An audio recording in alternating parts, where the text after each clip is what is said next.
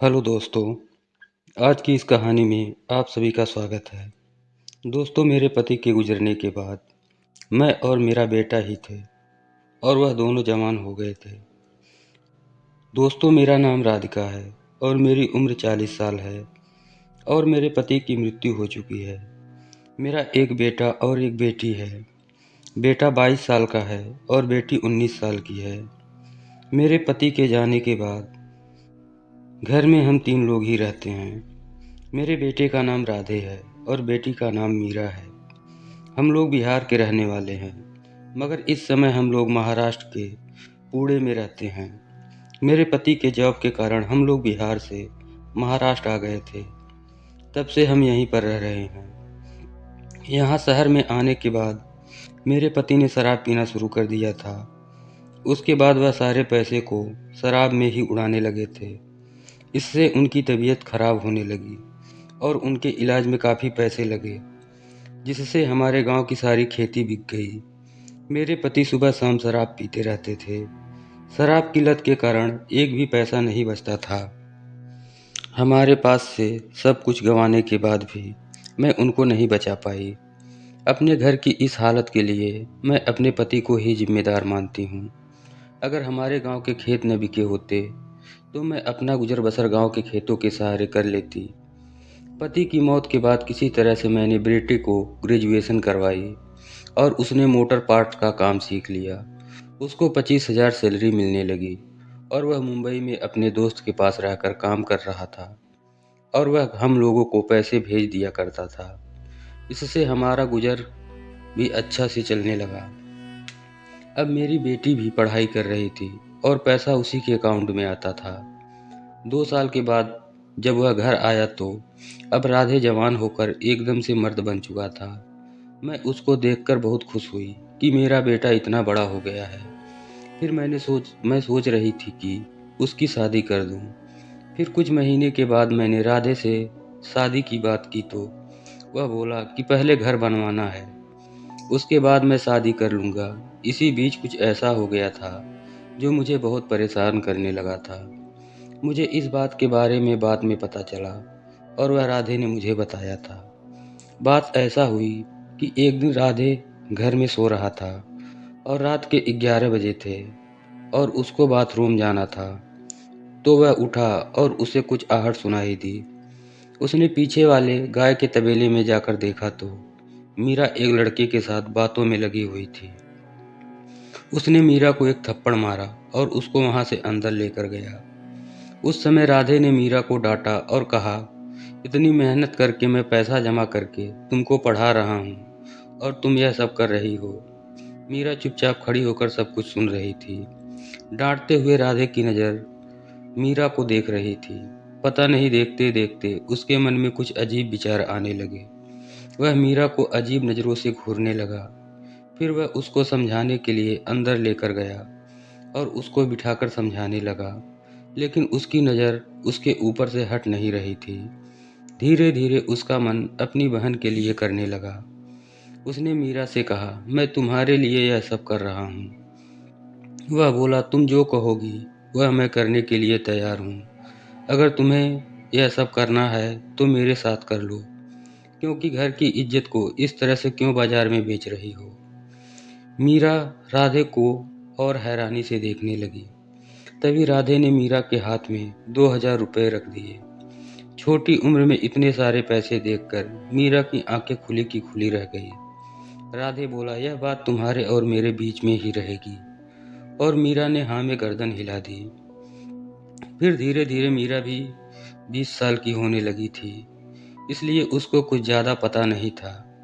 उसको शायद पैसे का लालच आ गया था और इस बात का अंजाम वह नहीं जानती थी, क्योंकि अभी वह इतनी मैच्योर नहीं थी। वहाँ राधे भी अपनी मकसद में कामयाब हो रहा था। राधे जो कि एक भारी भरकम मर्द बन चुका था और मीरा उसके सामने बच्ची लग रही थी। अगली सुबह मैंने देखा कि मीरा ठीक से चल नहीं पा रही थी। उस रात ने हमारे घर का माहौल बदल दिया। अब मीरा खुद ही अपने भाई से क्रिकेट खेलने के लिए कहने लगी। राधे भी यहाँ 1 महीने के लिए घर पर आया था और इस घटना के बाद वह 2.5 महीने घर में रुका था। और मीरा के शरीर में परिवर्तन साफ दिखाई देने लगा था, जो मैं नोटिस कर पा रही थी। उसका शरीर भी काफ़ी भरने लगा था। राधे उसको चुपके चुपके से सूखा मेवा और फल खिलाता था। 2.5 महीने में उसके शरीर में बहुत बदलाव दिखाई देने लगा। यह सेब की तरह लाल होती जा रही थी और मैं सोच रही थी कि राधे से आने से अब भाई के साथ मिलकर वह अच्छे से खाना खा रही है। मगर वह तो कुछ और ही। मुझे उस दिन थोड़ा शक हुआ जब मेरे कहने पर भी मीरा मेरे पास नहीं सोई, क्योंकि राधे उसको किनारे वाले कमरे में सोने के लिए कहता था। वह भी उसी की बात मानती थी। मैं बाहर बरामदे में सोती थी, इसलिए भाई बहन के बारे में मुझे पहले से पता नहीं लग पाया।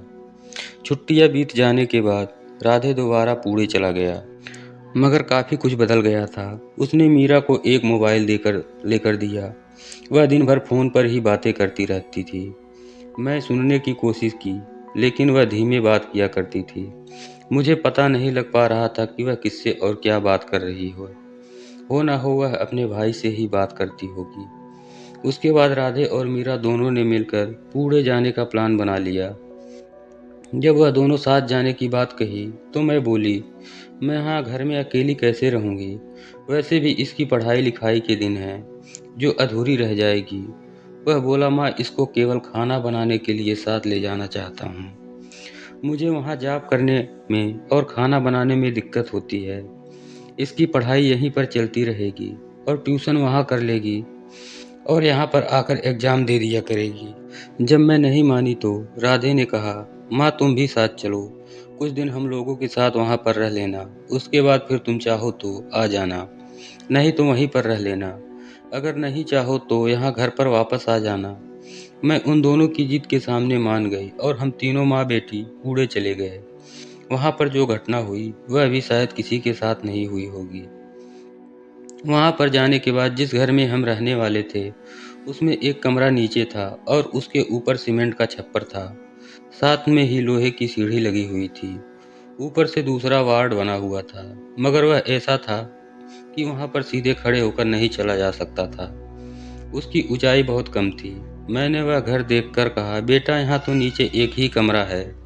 हम तीनों इस छोटे से कमरे में कैसे सोएंगे? फिर राधे बोला, माँ, मैं ऊपर सो जाऊंगा और आप दोनों नीचे सो जाना। अगर आपको फिर भी कोई दिक्कत लगे तो मीरा भी ऊपर आ जाएगी। आप आराम से सो जाना, टेंशन मत लो। यहाँ पर सब ऐसे ही सोते हैं। फिर हम लोग ऐसे में सोने लगे। 2-3 दिन हुए कि मीरा कहने लगी कि उसको यहाँ पर नींद नहीं आती और नीचे गर्मी ज़्यादा है, हम लोग ऊपर सो जाते हैं। मैं बोली, लेकिन ऊपर तो तुम्हारा भाई सो रहा है। वह बोली, तो फिर भैया को नीचे बुला लेते हैं और हम सो जाते हैं।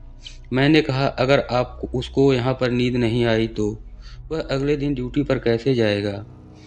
फिर मीरा बोली, अच्छा ठीक है, मैं भैया के साथ सो जाती हूँ, आप यहीं पर सो जाओ। मैंने कहा, लेकिन तुम दोनों वहाँ परेशान हो जाओगे। वह बोली, नहीं माँ, मैं एक तरफ कोने में सो जाऊंगी, मुझे यहाँ पर नींद नहीं आ रही। और वह उठकर राधे के कमरे में चली गई। फिर अगले दिन वह ऊपर ही चली गई। मुझे अभी तक कोई भी शक नहीं हुआ था कि इन दोनों के बीच में क्या चल रहा है। 7-8 दिन हो गए थे मीरा को ऊपर सोते हुए। एक रात की बात है, मुझे पेट में दर्द होने लगा। ऐसा लगने लगा जैसे मुझे उल्टी आ जाएगी। फिर मेरे कपड़े खराब होने का डर था। मैंने सोचा कि ऊपर से कपड़े मंगवा लेती हूँ, मगर मैं बेटे को परेशान नहीं करना चाहती थी, क्योंकि वह सुबह से शाम तक ड्यूटी करके आता था और मैं खुद ही ऊपर चली गई। मेरे सारे कपड़े बैग में रखे हुए थे, क्योंकि नीचे जगह कम थी।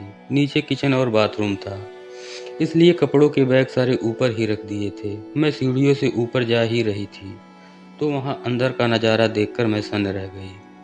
मैं यह सब देखकर फ्रीज हो गई। मैंने वहाँ देखा कि वह दोनों एक दूसरे के साथ मस्त वाला क्रिकेट का खेल खेल रहे हैं। मुझे समझ में नहीं आ रहा था कि मैं क्या करूं। अपनी ही आंखों के सामने जो नज़ारा था वह मेरी समझ के बाहर था। मैं अपने बेटा बेटी को आपस में इस तरह से देखकर हैरान थी। मैं वहीं खड़ी रही। फिर मैं कुछ संभली और चुपचाप नीचे आ गई और मेरे पेट का दर्द भी गायब हो गया था। परेशानी में मेरी आंखों से नींद भी गायब हो गई थी।